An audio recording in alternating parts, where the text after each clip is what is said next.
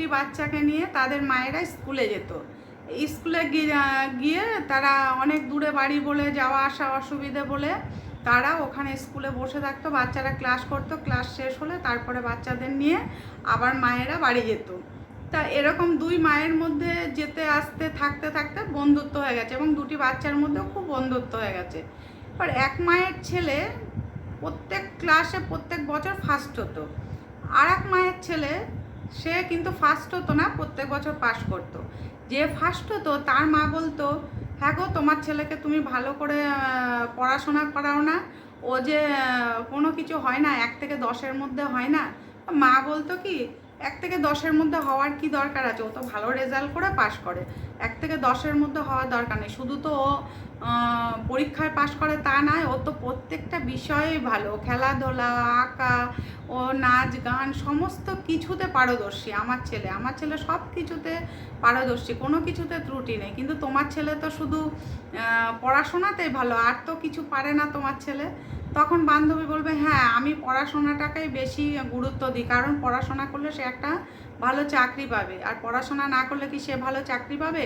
তাই পড়াশোনাটা বেশি জরুরি, সেই মা বলল। তখন আর এক মা বলল, না আমি ওই রকম জোর দিই না পড়াশোনাতে, ও নিজের থেকে যেটুকু করে সেটুকুই যথেষ্ট, তারপরে ভাগ্যে যেটা আছে সেটা ঠিকই হবে। তাই এরকম আস্তে আস্তে যখন অনেক বড় হয়ে গেল, এবার যে ফার্স্ট হতো সেই বাচ্চাটি বড় হয়ে বিদেশে চলে গেল পড়াশোনার জন্য। এবার পড়াশোনা ওখানে করতে করতে চাকরি পেয়ে গেল।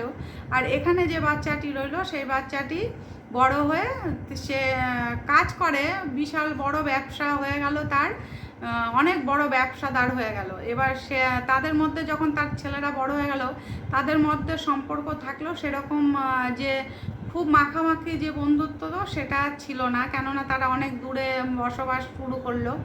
তখন এখানে মা একা হয়ে গেল, যে যার ছেলে বিদেশে ছিল। এবার যার ছেলে পড়াশোনায় ভালো ছিল এবং খেলাধুলায় ভালো ছিল, ফার্স্ট হতো না, সে যে ব্যবসা করলো বড় হয়ে, তার মা কিন্তু খুব সুখী ছিল, কারণ তার সন্তান, তার স্বামী, তার নাতি, তার নাতনি, তার ছেলের বউ সবাইকে নিয়ে সে ভীষণ হ্যাপি ছিল।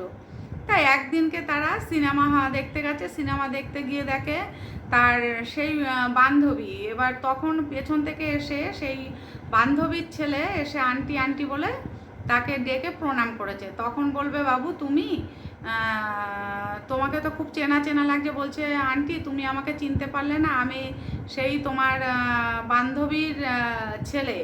তখন বলছে, ও তুমি চঞ্চলার ছেলে? তখন বলবে, হ্যাঁ আন্টি আমি চঞ্চলার ছেলে, তুমি আমাকে চিনতে পারোনি, তুমি এত বড় হয়ে গেছো, তোমাকে দেখে তো আমি চিনতে পারিনি বাবা। তখন ওরা চলো মায়ের সঙ্গে আলাপ করে দিতে, মায়ের সঙ্গে, বউয়ের সঙ্গে, তার বাচ্চাদের সঙ্গে আলাপ করিয়ে দিল। বলছে, তুমি কার সঙ্গে সিনেমা এসছো? বলছে, আমি একাই এসেছি, কার সঙ্গে আসবো বাবা, আমার তো ছেলে এখানে থাকে না, বিদেশে থাকে। তখন তার বান্ধবী চঞ্চলার সঙ্গে যখন আলাপ করিয়ে দিল, তখন বান্ধবী বললো, আমি কিন্তু খুব সুখে আছি বন্ধু, তুমি কেমন আছো বলো, তোমার ছেলে কি করছে? তখন সে বলল যে, হ্যাঁ আমার ছেলে বিদেশে থাকে। সত্যি আমি আজকে বুঝতে পারছি, মানুষ কিন্তু তুমিই ছেলেকে করেছো, আমি কিন্তু আমার ছেলেকে শিক্ষিত করেছি, বড় করেছি, সে বড় চাকরি পেয়েছে, কিন্তু আমি মানুষ করতে পারিনি, তুমিই হচ্ছে ছেলেকে মানুষ করেছো। তাই পড়াশোনায় ভালো হলেই যে প্রত্যেকটা ছেলে বা প্রত্যেকটা মেয়ে যে খুব ভালো হবে, বাবা মাকে নিয়ে থাকবে, তেমন কোনো কথা নেই। এই ছেলে দুটোর মধ্যেই দেখো, যে পড়াশোনায় ভালো ছিল, শিক্ষিত, প্রত্যেক বছর ফার্স্ট হতো, অন্য কিছুতে ফার্স্ট হতো না, সে কিন্তু মাকে একা একা ফেলে রেখে সে বিদেশে বউ বাচ্চা নিয়ে পড়ে আছে। এদিকে যে ছেলেটি সব কিছুতে পারদর্শী ছিল, হয়তো পড়াশোনায় ফার্স্ট হতো না সে, কিন্তু সে তার মা বাবাকে নিয়ে, তার বউ বাচ্চাদের নিয়ে এত হ্যাপি ছিল, এত হ্যাপি ছিল। সেই বান্ধবীকে দেখে তার মনে খুব তখন হিংসে হলো এবং নিজেকে ধিক্কার মনে হলো, যে আমি সত্যি মানুষ করতে পারিনি আমার ছেলেকে, শুধু বড়ই করেছি। কিন্তু চঞ্চলা, তুমি তোমার ছেলেকে সত্যি মানুষ করতে পেরেছো।